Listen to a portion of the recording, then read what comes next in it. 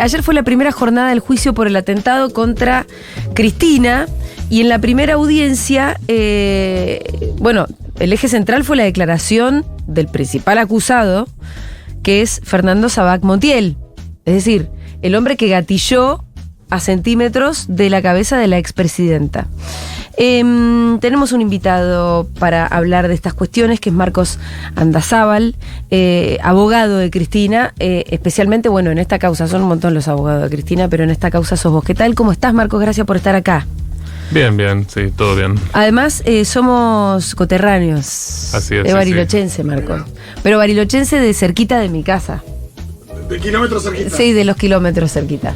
Tiene apagado el micrófono, Fito. Qué barbaridad el nivel de censura al que estoy siendo sometido. Sí, y además nuestras mamás son amigas, Marcos, lo cual Así a mí es, me parece toda una sí. gran cosa. Así que un saludo a nuestras madres que nos están escuchando. Totalmente.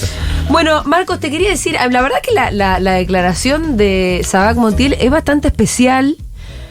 Creo que a todos nos llamó la atención en un mismo sentido, que es que no parece tan loquito. Es un chabón articulado.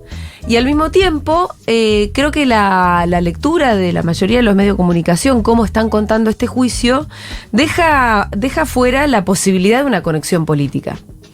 Y yo creo que la defensa de Cristina seguramente va a querer insistir con esto, ¿no? Porque hay un montón de cosas, ahora vos me vas a recordar otras, pero yo les quiero recordar la primera, que es que el teléfono del autor material, Sabac Montiel, un supuesto loquito suelto, fue borrado inmediatamente después, y es muy difícil borrar un teléfono, no es que vos agarrás y borrás así con tu dedo toda la memoria que tiene tu teléfono.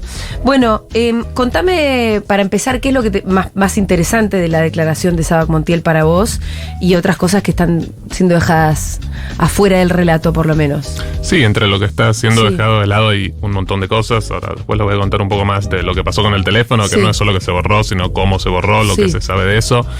Pero empezando por lo que pasó ayer, el juicio oral te da la posibilidad de ver a las personas eso en vivo, en directo, preguntarles, y nunca se había tenido esa posibilidad con Sabac Montiel. Nosotros nunca le habíamos podido hacer preguntas, y se había instalado esta narrativa de que era inimputable o de que era un loco, que estaba muy perdido, y la verdad en la declaración de ayer se lo vio totalmente centrado, todas las preguntas las respondió, sabe totalmente lo que hizo, sabe las consecuencias de lo que hizo y por qué lo hizo. Todo su relato era un relato pensado y, como decías vos, articulado, y entre lo que dijo, obviamente cuando los imputados declaran en juicios penales no tienen la obligación de decir verdad, entonces puede no haber dicho la verdad en un montón de cosas, pero hubo algunas que me parecieron bastante interesantes.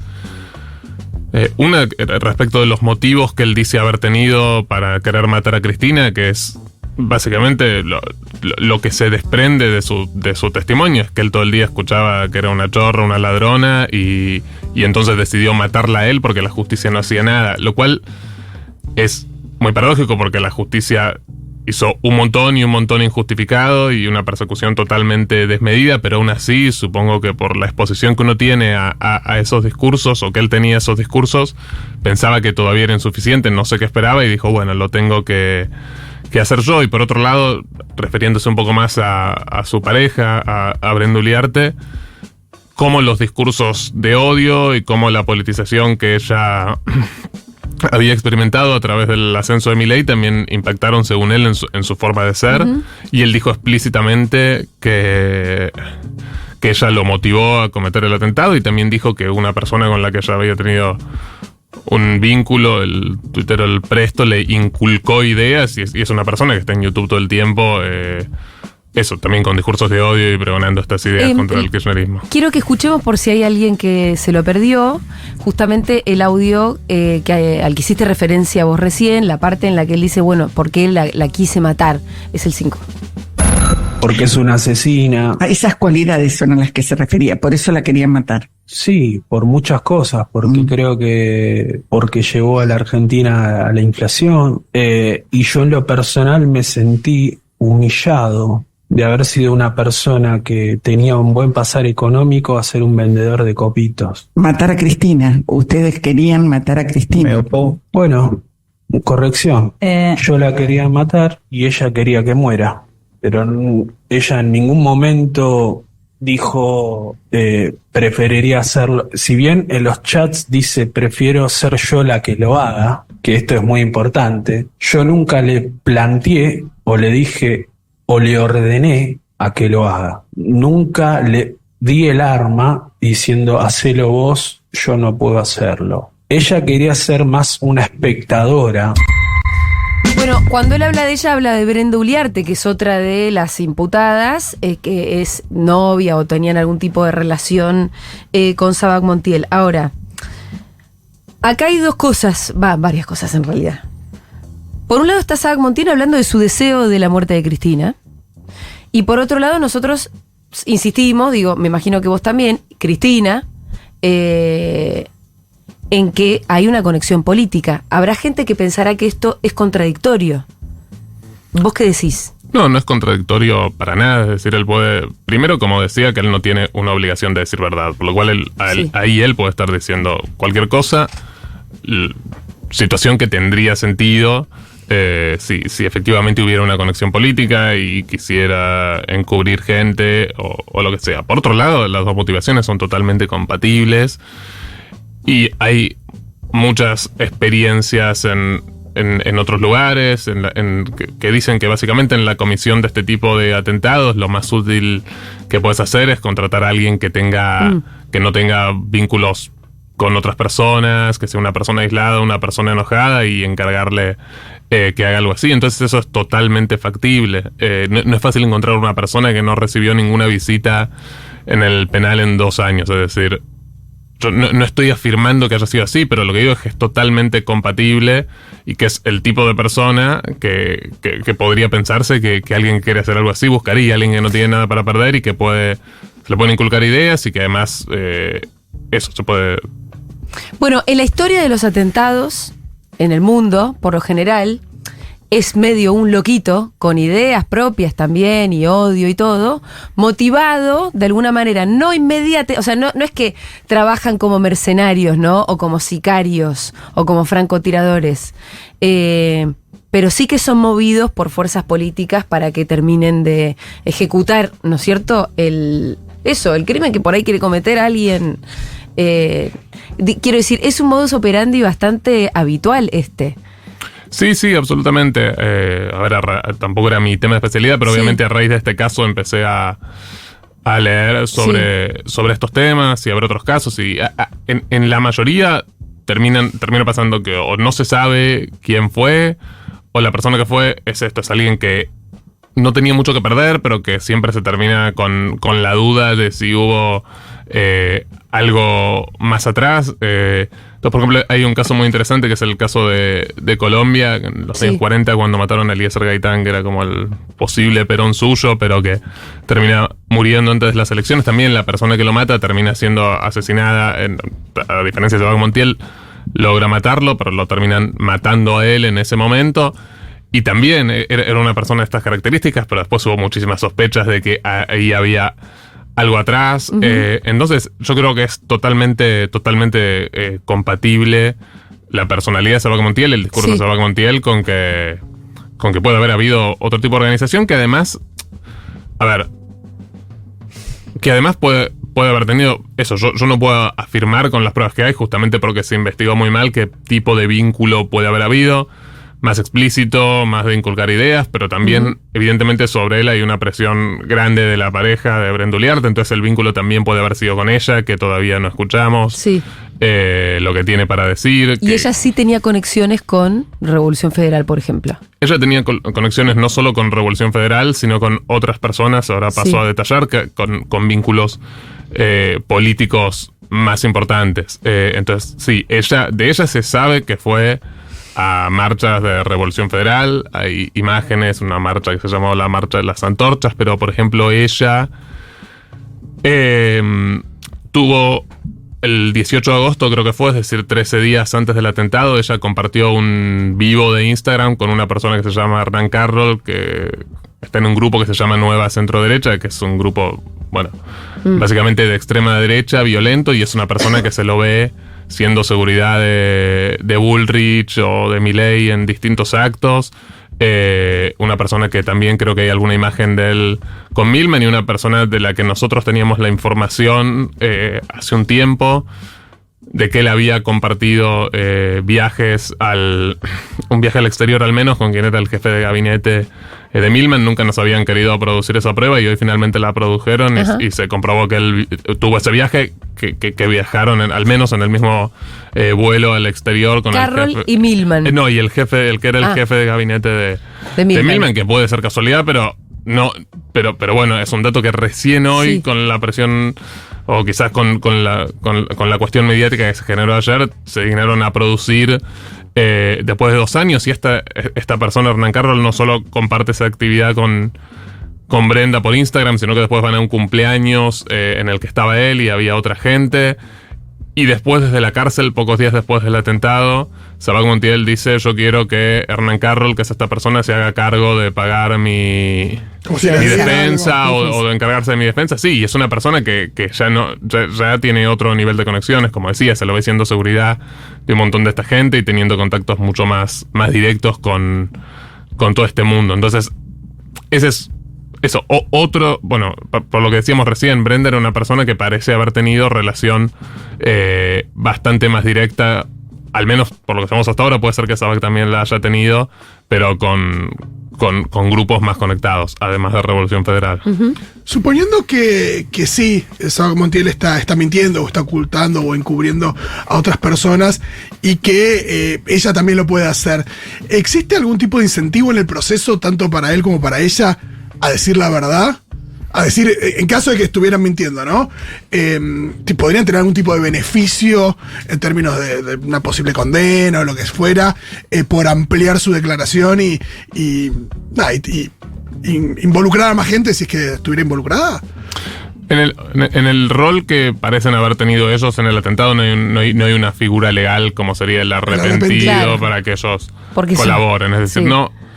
Y no solo yo creo que no hay incentivos, sino que esa investigación, o que la investigación debería haberse realizado en el juzgado de instrucción y no estar a merced de que ellos de pronto piensen que quieren confesar algo. Porque de hecho, si efectivamente hubo una conexión política, seguramente haya algo para no confesar y recibir algún tipo de ayuda. Eso es lo que uno podría... Claro. Ese podría ser un incentivo. Claro. Suponer, claro, un incentivo para no colaborar, porque... Pero lo que debería haberse hecho es que esto se debería haber investigado como correspondía en la instrucción, y en la instrucción pasaron cosas desde que se borró el celular. Vamos a esos detalles. Contame las cosas que se hicieron muy mal en la instrucción. Sí, son bastantes. Sí. Para empezar, el primer día, el atentado sucede a las 9 de la noche, ahí lo detienen a Sabac Montiel y lo terminan, llevándoselo del lugar finalmente cerca de las 12 de la noche. Entre las pertenencias que le secuestran está su celular. Entonces el celular llega al juzgado aproximadamente a las 2 de la mañana. Ahí la jueza llama a un perito de la Policía Federal para que intente abrir el celular, es decir, no tenían el código de desbloqueo, entonces se usa una tecnología para intentar abrirlo. Según consta en la causa, y hay varios testigos, cuando este policía lo intenta desbloquear, no lo logra. Es decir, la maquinaria que tenía no logra desbloquearlo. Ahí hay algunas dudas si se usó una maquinaria que no era apta o no, pero eso no está claro. Pero lo que sí está claro es que eso termina aproximadamente a las 5 de la mañana, 6 de la mañana. Y ahí el celular se guarda. Hay un procedimiento que se llama cadena de custodia. Si tenés un objeto de prueba como un celular, tenés que guardarlo en un sobre sellado, en un sobre cerrado, firmado, con los sellos del juzgado. Está el acta que la Policía Federal entrega el sobre, que el celular se guarda en un sobre y luego se pone en la caja fuerte y se cierra con llave. Eso está en un acta que firman varios testigos. Eso es a las 6 de la mañana. Lo próximo que se sabe es que a las 9 de la noche, es decir, 15 horas después, el celular llega a otra dependencia de la Policía de Seguridad Aeroportuaria, y cuando van a recibir el celular estaba el sobre abierto, lo cual es totalmente ilegal. El celular prendido, lo cual también es totalmente irregular porque no se puede prender el celular, se tiene que guardar apagado, y se había guardado apagado, eso dicen las actas. El sobre abierto, el celular prendido y el celular con una leyenda que decía warning, y que terminó generando que cuando lo pusieron en la nueva máquina, la de la PCA, se termine de romper. Y se borra todo. y se borra todo, se hace lo que se llama un reseteo de fábrica. Pero entonces lo que se sabe de eso, es decir, que el celular aparece con esa leyenda y aparece el sobre abierto y el celular prendido, eso pasa en las 15 horas en las que el único contacto con el celular lo tuvo el juzgado, ni la Policía Federal ni la Policía de Seguridad de la Pero Municipal. ¿sabe la cadena quién lo tuvo? Pero lo que haya pasado es responsabilidad del juzgado. Es decir, ahí no estuvo ninguna otra fuerza, porque además la federal, la PCA, cualquier fuerza, obviamente son cuidadosos con estos y te dicen, che, firmame que recibiste el sobre cerrado con el celular apagado, firmemos todos. Entonces, lo que no se explica es por qué en ese momento que lo tuvo solo el juzgado, se abrió el sobre, se prendió el celular y además parece haberse roto el celular. Entonces, ya empezamos con algo que no tiene explicación. Además, nunca nadie lo explicó, nunca nadie del juzgado dijo, acá pasó esto. Sí. Solamente tenemos un vacío de 15 horas, el celular está a disposición de la jueza y el celular se rompe. Con eso empezamos. La misma jueza que está hoy sigue siendo la misma. Es la misma jueza que está hoy, con la que después pasaron un montón de cosas más. Por ejemplo, cuando surge la pista Milman, esa pista surge porque un testigo dice, yo estaba en el bar Casablanca, que es un bar que está enfrente del Congreso, y escuché a Milman decir, cuando la maten voy a estar camino a la costa. Eso fue un día antes del atentado. Entonces, cuando pasa eso, nosotros decimos, bueno, antes que nada, pidan las cámaras de seguridad de la Cámara de Diputados y del bar Casablanca para ver si efectivamente estaba Milman ahí, estaban sus asesoras ahí y estaba esta persona que dice que lo escuchó ahí. Piden los videos y a nosotros nos llaman del juzgado y nos dicen, che, acabamos de ver todos los videos y no aparece ahí Milman, no vimos a nadie. Entonces nosotros decimos, bueno, veamos nosotros, y vemos las cámaras y estaban ahí. Estaba Milman. Ay, Dios. Y estaban ahí. Da ganas de cortarse las pelotas. Pero además en la declaración del tipo... Pero que vos le decís a la jueza, che, pero está. Y Milman es un tipo súper reconocible, no es que... Es rubio, tiene rulito. Pero además es una persona con dos mujeres, el otro escuchando ahí. Sí. Y además, en la declaración del testigo que dijo verlo, él no decía recuerdo haberlo visto alguna vez en el último mes. Él decía lo vi tal día, fecha, tal hora, más o menos. Y después las cámaras corroboran que estaban y las todos cámaras ahí. estaban, y entonces después de eso nosotros, ahí además eso se suma, que Milman había presentado algunos pedidos de informes y proyectos en la Cámara de Diputados, varios de los cuales eran muy extraños, pero especialmente el último era del propio día del atentado, era un pedido de informes sobre la custodia de Cristina, que él presenta y retira ese mismo día, que fue el día del atentado, que es rarísimo. ¿Por qué estás pidiendo esa información y por qué? Claro, ¿cómo funciona? ¿Por dónde podemos entrar? Sí. Y aparte porque, bueno, después lo retira. Todo. Él venía insistiendo mucho con todo el tema de la custodia de ella hace algunos días. Sí. Tenemos eso, aparece en la casa de Brenda Uliarte una nota manuscrita en donde consta lo que se llama la regla Tueller, que es una técnica de disparo como en espacios reducidos, que no tenía ningún sentido que Brenda tenga en la casa eso por el perfil socioambiental que se le había hecho. Entonces, ¿por qué tenés eso, que es algo súper específico? Y es una técnica de disparo que quienes la trajeron a las fuerzas de seguridad, bueno, fue el Ministerio de Seguridad cuando estaban Bullrich y Milman, y nosotros nos parecía también muy raro que esté ese papel en la casa de Brenda. Entonces, con todo esto nosotros dijimos, bueno, lo próximo que tienen que hacer es llamar a las asesoras a declarar. Que primero mintieron. Y cuando las llaman a declarar, ellas mienten, pero de una forma además muy descarada, y del estilo, nunca estuve en el bar Casablanca, Milman nunca le organizó un viaje, y de hecho empiezan a mentir de esa forma, y cuando les mostramos las cámaras dicen, sí, me acuerdo. Pero además es muy burdo porque dicen, nunca estuve ahí, y cuando les mostramos las cámaras, una dice, sí, sí, ahora me acuerdo. De hecho estábamos en la mesa al lado de la ventana con la silla de tal forma. Y me pedí el sanguchito. Literal. Y además había sido hace un mes, no había sido hace 8 años. Y entonces ahí nosotros solicitamos que se secuestren los celulares de las dos asesoras. Primero la jueza no quería ponerlo en el acta de la declaración, porque yo lo que quería es que quede claro que yo estaba pidiendo en ese momento secuestrar los celulares ahora, que no se vayan de acá. Finalmente, bueno, terminé aceptando ponerlo en el acta porque no tenía otra, pero rechace ese pedido. Y nosotros ahí lo anticipamos, si vos las dejás irse con los celulares los van a borrar por más que vos después decidas al final secuestrarlos. Entonces lo que pasó fue eso, nosotros apelamos, la Cámara de Apelaciones nos dio la razón, nos dijo sí, se puede proceder con esta medida, pero después, cuando le secuestraron los celulares, ya no había nada.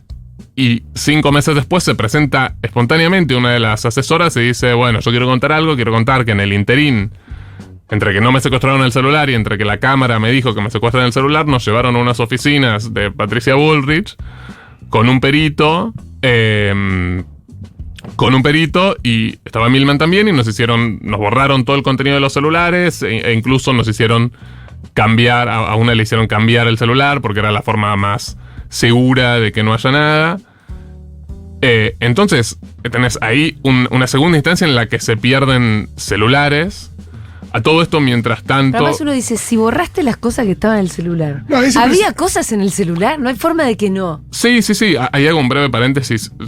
Vengo a la actualidad. Sí. El perito que estuvo ahí fue identificado, no en la causa, pero por medios de comunicación. Y ayer ese perito fue nombrado por el gobierno nacional, creo que en una dirección nacional o algo así. Ayer. El mismo tipo que le borró el celular a Milman y a la secretaria de Milman. Sí. O sea, un tipo que cometió, obviamente un delito, que además fue admitido por una de las personas que había ahí. Paralelamente a eso, Hernán Carroll, que les mencionaba antes, que era el que había tenido estas reuniones con Brenda, finalmente también lo llaman a declarar. Cuando lo llaman a declarar, tenía 2 celulares. Yo digo, secuestren los 2 celulares. Decían, primero no le quería secuestrar ninguno.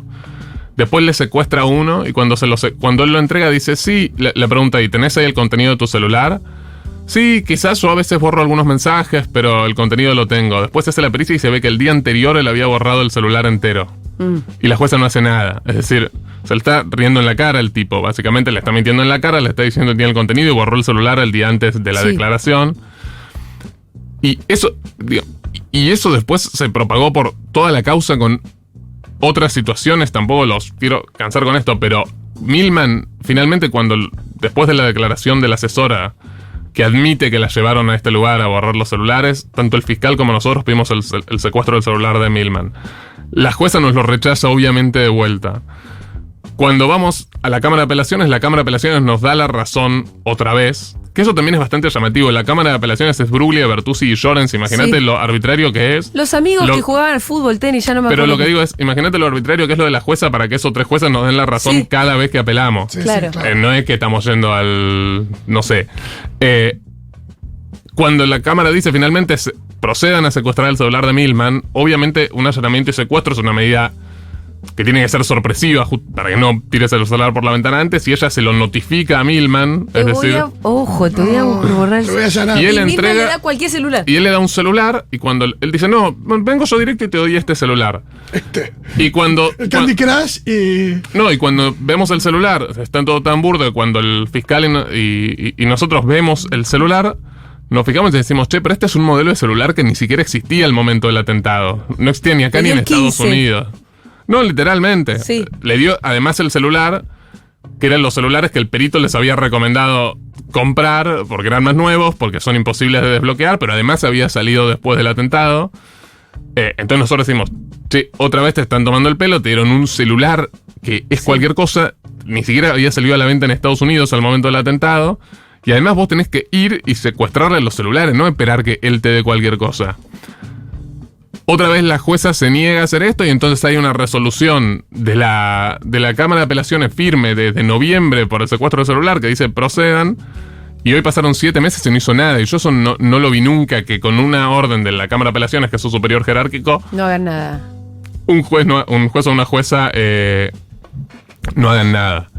Entonces de esta forma, bueno, todo es muy difícil. Entonces sí, al final terminamos a la merced de que alguno decida confesar algo, pero si tenés una justicia que no investiga absolutamente nada y sabés que está obstruyendo toda la investigación, ¿para qué cualquiera confesaría algo? Yo le puse le puse voz a un videito que hizo Cristina en un momento donde ella, la verdad que la sugerencia era, me mandó a matar Milman. O sea, en un punto te estoy preguntando, ¿la sospecha de Cristina es esa? Yo entiendo que haya que investigar a Milman por un montón de evidencias, pero... No, a ver, sobre cuál es su sospecha concreta, es decir, yo no quiero poner palabras en su boca que no son directamente de ella, pero lo que sí estamos seguros es que acá hay una investigación totalmente deficiente y que en esa pista hay un montón de pruebas que ameritan al menos seguir investigando, que como decían ustedes antes, es rarísimo que el que no tiene nada para ocultar borre todo su contenido de sus celulares y después presente un celular trucho, obstruya todo, que el testigo lo escuchó a él decir eso está prácticamente comprobado, porque no solo lo dijo unos días después, sino que tiene un mensaje de texto de media hora después del atentado diciendo... Un amigo, exacto, o sea, entonces no se puede haber ocurrido eso. ¿Quién presenta esos pedidos de información ese día? ¿Qué pasó con el celular en la cadena de custodia? Con la regla Tweller, ¿qué pasó con la cadena de custodia? Un montón de cosas que van más allá de Sabac Montiel. Me parece que un poco por lo menos la conclusión hasta ahora es, lo escuchamos, él dice que la quiso matar, que no le funcionó el arma, tenía sus deseos, tenía sus motivos, toda su explicación, pero eso no termina ahí. Sí, el perito premiado, el cambio de digo, hay algo con Milman también respecto de su visibilidad que cambió. No sé ahí qué piensan con lo de Milman, pero no. Antes estaba más. Sí. Y ahora con este gobierno podría estar mucho más. No. Milman claramente lo corrieron un poquito de la escena. Al mismo tiempo pusieron y acaban de darle un cargo al que borró los celulares. Sí, pero además de Milman, si no me equivoco, sigue teniendo un rol como diputado. Sí, dejó de ser diputado. Pasa que ya no es tal vez la figura tan pero es un central escándalo, porque además de eso surgieron un montón de otras cosas, no solo del atentado, sino un montón de irregularidades y una básicamente red de delictividad con contrataciones en la Cámara. Entonces, sí, efectivamente no hay consecuencias. Algo que menciona Cristina también es cuando se refiere a la familia del ministro de Economía de Caputo y su relación posible con, ¿qué era? Bueno, sí, está toda la línea Caputo. Está toda esa línea también, ¿no? Ahí que era, bueno, eso, que financiaban a los Revolución Federal. Bueno, ahí hay también cosas muy interesantes. En relación con eso, empiezo por lo que es más cercano a Brenda Uliarte y Sabac Montiel. Es decir, nosotros sabemos que Brenda Uliarte fue al menos a una, pero quizás a más marchas de Revolución Federal. Esas marchas, la consigna era literalmente muertos, presos o exiliados, se iban con guillotinas. Es decir, era bastante explícito el mensaje.